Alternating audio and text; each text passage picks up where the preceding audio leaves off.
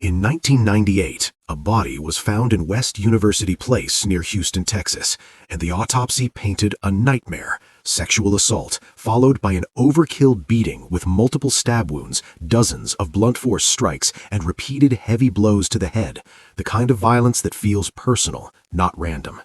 The victim was Dr. Claudia Benton, a 39-year-old pediatric neurologist with a PhD, a wife and the mother of twin daughters, killed inside the very home she'd built her life around.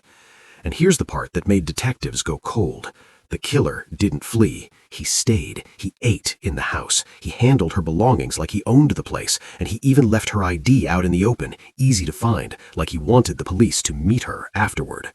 So the question hit fast: why her? A respected doctor, a stable family, a career at its peak. Was this revenge, a stalker, or a random break-in that turned feral?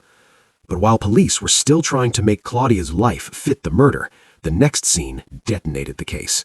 About 4 months later, May 2nd, 1999, near Weimar, Texas, roughly 1.5 to 2 hours from Houston, a pastor and his wife, Norman and Karen Cernick, were killed inside the parsonage of their church. Same sick rhythm, brutal bludgeoning, sexual assault again, the bodies covered, personal ID laid out, and the killer lingering long enough to eat afterward.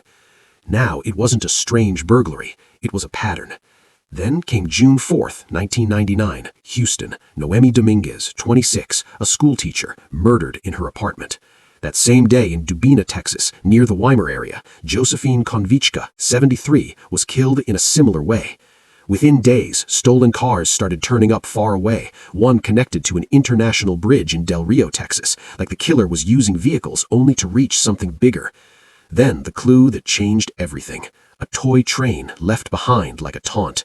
Detectives realized the pattern wasn't random. He was hunting homes near railroad tracks, using freight lines to vanish. But that discovery didn't narrow the search, it detonated it. Thousands of miles of rail, endless next targets. And that's the cliffhanger.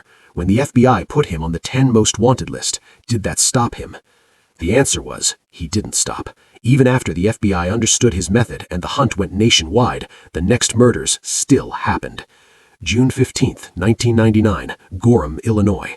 A father and his adult daughter were found murdered inside their rural home, less than a football field from the railroad tracks. Same cold logic, same confidence. The kind of scene that tells you the killer didn't just pass through, he settled in.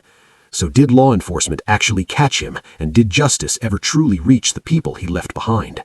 Let's open the case file on the Railroad Killer, one of the FBI's top 10 most wanted fugitives.